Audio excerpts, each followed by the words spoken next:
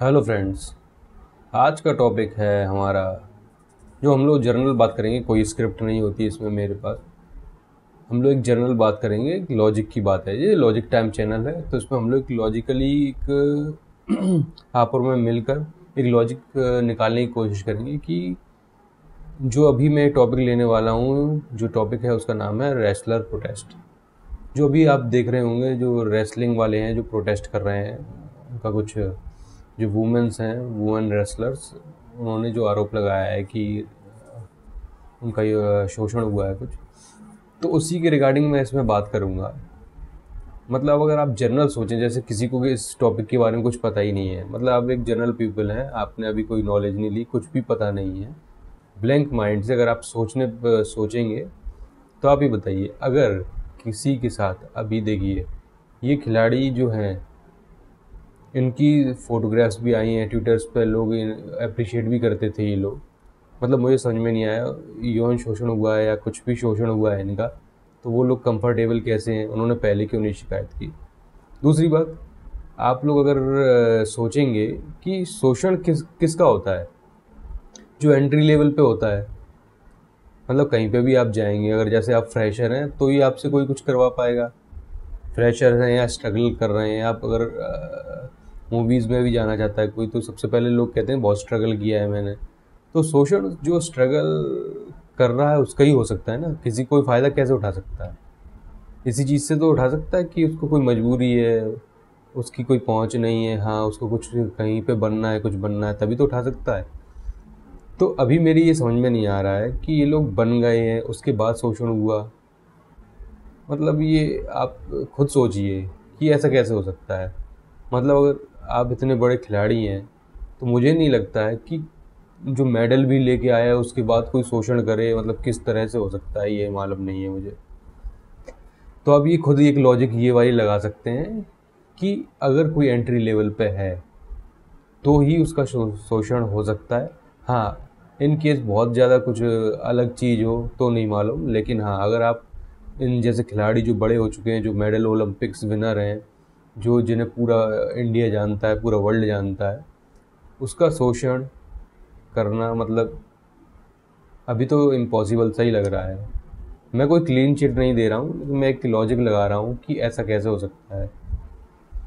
और सीधी सी बात है ये भी है कि धरना, मतलब ये आपने प्रोटेस्ट किया। अगर आप देखो, बहुत लोग आपको जानते हैं, आप नेशनल लेवल पे, इंटरनेशनल लेवल पे खेल चुके हो, बहुत बड़े खिलाड़ी हो। आपको सिंपल सी एक जाना था और एक एप्लीकेशन या एफआईआर करानी थी। उसकी जो प्रक्रिया है, जो कॉन्स्टिट्यूशन के हिसाब से चलती है, वो आप करवा सकते थे। आपके पास अच्छे वकील भी होंगे, कुछ भी होगा। ऐसा तो है नहीं कि मंत्री है तो उसके खिलाफ कुछ हो नहीं सकता, आप वहाँ पे बोल सकते थे। लेकिन ये नहीं समझ में आया मेरे कि ये प्रोटेस्ट, धरना देने का नौबत कब आती है। मतलब आप भी सोचो, अगर धरना अगर आप देने वाले हो तो आप किस केस में दोगे। जब आप हर चीज़ से हार जाओ, आपने एफआईआर भी करवा ली, मंत्रियों से बोल ली, सबसे बोल के देख लिया, कोई सुनवाई नहीं ले कर रहा है, तब लास्ट में जाके कोई धरना देता है।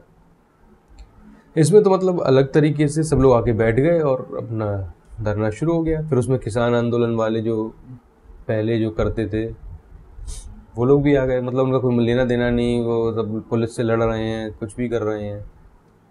आप समझो लॉजिक का, अगर आप लगाना चाहो तो ऐसे लगा सकते हो कि आपको कुछ भी नहीं पता, लेकिन आप ये लॉजिक लगा सकते हो कि एक तो शोषण किसका हो रहा है, किसका हो सकता है।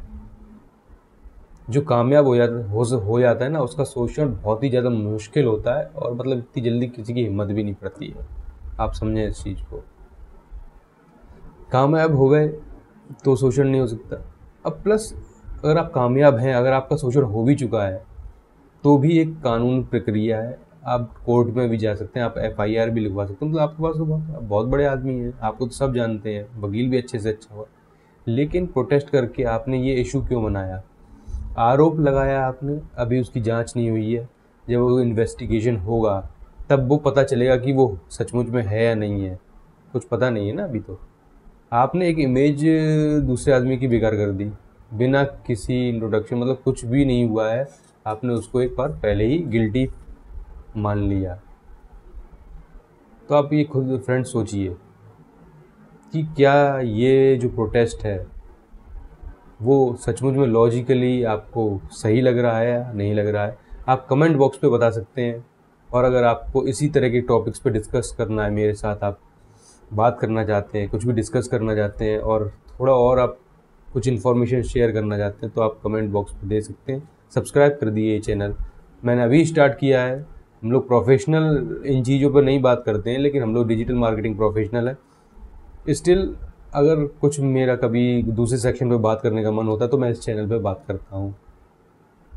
तो आप खुद सोचिए, और प्रोटेस्ट के बारे में कुछ मतलब अगर कोई फैक्ट्स हैं, सचमुच में कुछ है तो बताइए, क्योंकि ये जो धरना दिया गया है मतलब मेरे लिए तो अनस्टेबल करना है। देश की प्रगति को अनस्टेबल नहीं करना चाहिए। आपको अगर कानून में विश्वास है, कॉन्स्टिट्यूशन में विश्वास है, तो आप शो कीजिए। इस तरह से आप कर रहे हैं वो सही नहीं है, बहुत लोगों को परेशानी होती है, तो उस चीज़ को देखिए।